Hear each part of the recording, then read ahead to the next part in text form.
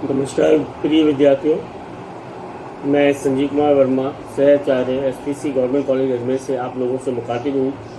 हम जैव भूगोल के अंतर्गत एमए फाइनल की कक्षा में पूर्व के चैप्टर में हमने हिस्ट्री ऑफ जू जोग्राफी के बारे में जो चर्चा की थी और उसके टेक्सोनॉमिकल वर्गीकरण या वर्गीकरण के बारे में बात की थी। उसी वर्गीकरण को आगे बढ़ाते हुए हम आज दूसरे वर्गीकरण की तरफ बढ़ रहे हैं, जिसे कहते हैं पारिस्थितिकी वर्गीकरण या इकोलॉजिकल क्लासिफिकेशन।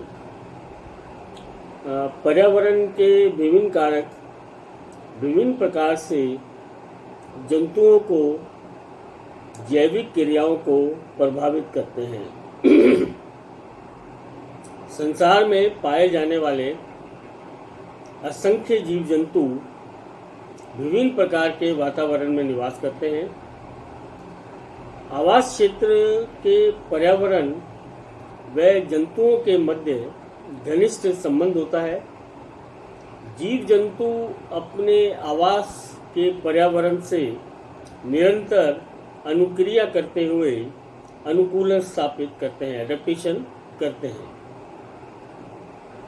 किसी जीव में स्वतः नियमन या सेल्फ रेगुलेशन, आत्म परिसरण तथा जाति की रक्षा के लिए जो विशेषताएं पाई जाती हैं उन्हें अनुकूलन कहते हैं। वास्तव में अनुकूलन वे विशेषताएं हैं जो जंतुओं को उनके आवास में जीवित रहने योग्य बनाती हैं। परिणाम स्वरूप जंतुओं में आवश्यकता अनुसार धीरे धीरे परिवर्तन होते रहते हैं और ये परिवर्तन एक निरंतर प्रक्रिया के अंतर्गत चालू रहते हैं। लेमार्क ने सर्वप्रथम ये प्रतिपादित किया कि जीवधारी अपने को बदलते हुए वातावरण के अनुरूप रूपांतरित कर लेते हैं, जो कि एक अच्छी बात है। अगर वो अडेप्टेशन नहीं करेंगे तो जीव और जंतु का नाश या वो नष्ट हो सकते हैं। आवास क्षेत्र या पर्यावरण के आधार पर जंतुओं को निम्न वर्गों में रखा जा सकता है। पहला है जलीय जंतु, एक्वेटिक एनिमल्स। जल में जीवन व्यतीत करने वाले जंतुओं को इसमें सम्मिलित किया जाता है। जलीय जंतुओं को आवास के आधार पर दो उपवर्गों में हम रखते हैं। पहला है ताजे जल के जंतु। इसमें ताजे जल में रहने वाले जीवों को सम्मिलित करते हैं।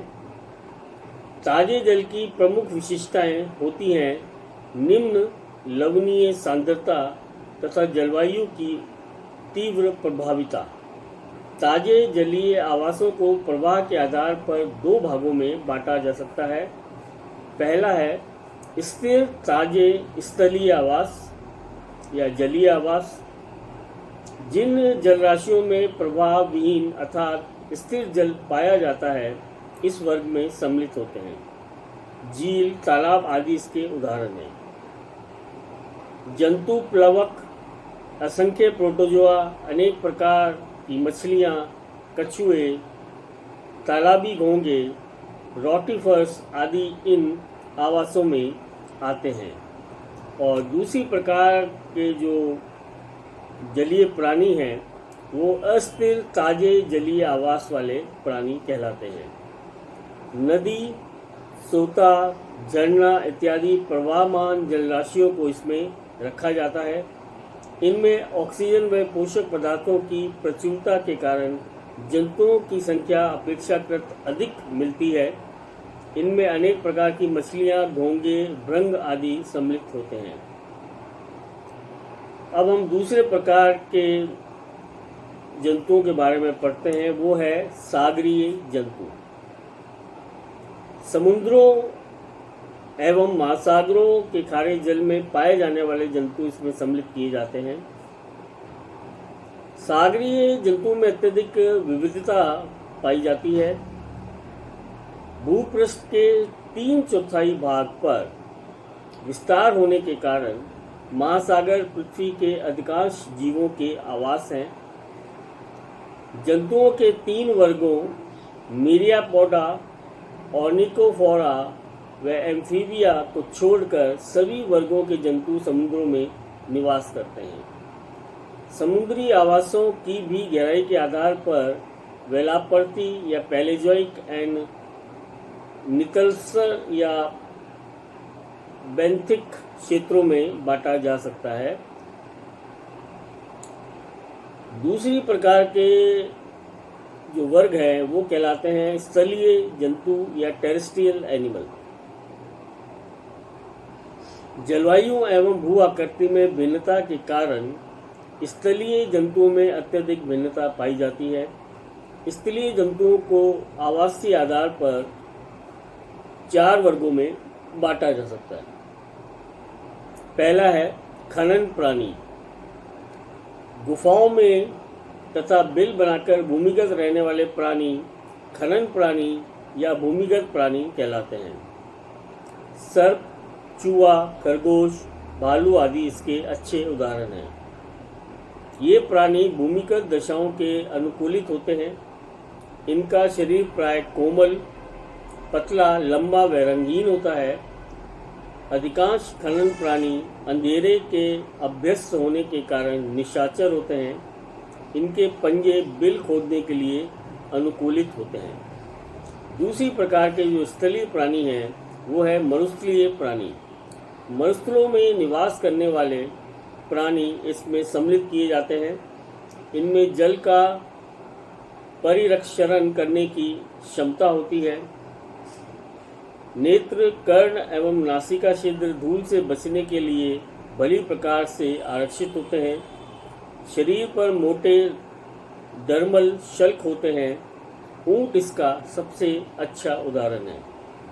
तीसरी प्रकार के जो प्राणी हैं वो कहलाते हैं हिम क्षेत्र प्राणी। हिम आच्छादित क्षेत्रों में निवास करने वाले प्राणी इसमें सम्मिलित किए जाते हैं। इनमें हिम आच्छादित क्षेत्र में रहने वाले तथा शीत सहन करने की क्षमता होती है। निम्न तापमान पर रहने के लिए इनका शरीर अनुकूलित होता है। इनका रंग बर्फीली पृष्ठभूमि से मिलता जुलता प्राय सफ़ेद होता है। त्वचा पर लंबे लंबे फर या बाल होते हैं। हिम भालू, हिम तेंदुआ, हिम लोमड़ी, रेंडियर आदि इसके सबसे अच्छे उदाहरण हैं। चौथी प्रकार के जो प्राणी हैं वो कहलाते हैं घास स्थलीय प्राणी। प्राकृतिक घास के मैदानों में चलने वाले तथा इनका भक्षण करने वाले जंतु इसमें सम्मिलित हैं। ये खुले घास स्थलों में रहने को अनुकूलित होते हैं। भूमि पर तेजी से दौड़ने के लिए इन धावक जीवों की टांगें लंबी तथा अंगुलियां अस्थियां भी कम होती हैं। हिरन इसका सबसे अच्छा उदाहरण है। अब 5वीं प्रकार जो प्राणी होते हैं वो कहलाते हैं वृक्षीय प्राणी। वृक्षों पर निवास करने वाले विभिन्न प्राणी इसमें सम्मिलित होते हैं। इनमें आरोहण अनुकूलन पाया जाता है। वृक्षों पर चढ़ने के अनुरूप इनकी श्रेणी मेखिला दृढ़, पसलियाँ घुमावदार, नाखून विकसित एवं पूंछ परिग्रही होती है। छिपकली, गिलहरी, बंदर, स्लॉथ आदि इसके अच्छे उदाहरण हैं। कशेरुकों के सभी वर्गों के आरोही प्राणी इसमें सम्मिलित करते हैं हम। और तीसरा जो बड़ा वर्गीकरण है वो है वायवीय या उड्डयनशील प्राणी या एरियल एनिमल्स। वायु में उड़ने वाले या विसर्पण करने वाले जंतु इसमें सम्मिलित हैं। इस वर्ग में सदैव वायुमंडल में रहने वाले अति सूक्ष्म जीवों से लेकर समस्त प्राणी आते हैं या समस्त पक्षी भी आते हैं। इस वर्ग को उड्डयनशीलता के आधार पर 2 भागों में बांटा जा सकता है। पहला है सक्रिय उड्डयनशील प्राणी। इसमें ऐसे प्राणी सम्मिलित होते हैं जो ऊंची एवं दूर तक उड़ान भरने में सक्षम हो। उड्डयन अनुकूलन के लिए इनका शरीर हल्का, अस्थियां, वातिल, सुदृढ़ पंख तथा सुविकसित पक्ष पेशियां होती हैं। इनके संवेदी अंग पूर्णतः विकसित होते हैं। बाज, गिद्ध, कबूतर, चिड़िया आदि पक्षी इसी वर्ग में सम्मिलित किए जा सकते हैं। दूसरी प्रकार के हैं निष्क्रिय उड्डयनशील प्राणी। इस वर्ग के प्राणी सक्रिय रूप से उड़ान भरने में सक्षम नहीं होते हैं। ये केवल नाम मात्र ही उड़ते या उड़ान भरते हैं। उड्डयन, मेंढक, डेको आदि इसके प्रसिद्ध उदाहरण हैं। चौथी प्रकार के जो पारिस्थितिकी वर्गीकरण के अंतर्गत वर्ग आता है वो है उभयचर प्राणियों का या एम्फीबियंस एनिमल्स का। इस वर्ग के प्राणी जल व स्थल दोनों प्रकार के आवासों में रह सकते हैं। ये प्राय जल या अधिक नमी वाले स्थानों में रहते हैं। इनका शरीर स्थल पर चलने तथा जल में तैरने के लिए अनुकूलित होता है। इनके पंजों की जाली तैरने में सहायता करती है। इनका शरीर नौकादार होता है। मेंढक, टॉड आदि इसके प्रसिद्ध उदाहरण। इस प्रकार हमने पढ़ा कि किस प्रकार हम प्राणियों को दो वर्गों में विभाजित कर सकते हैं। पहला है आपका टैक्सोनॉमिकल वर्गीकरण और दूसरा है इकोलॉजिकल वर्गीकरण। अब हम जो कल की कक्षा में हम प्लांट ज्योग्राफी के बारे में अध्ययन करेंगे और फिर उसके जो विभिन्न चरण या पद हैं, जो उसके विशेष क्षेत्र की विषय वस्तु है, उसके बारे में भी हम चर्चा करेंगे। धन्यवाद।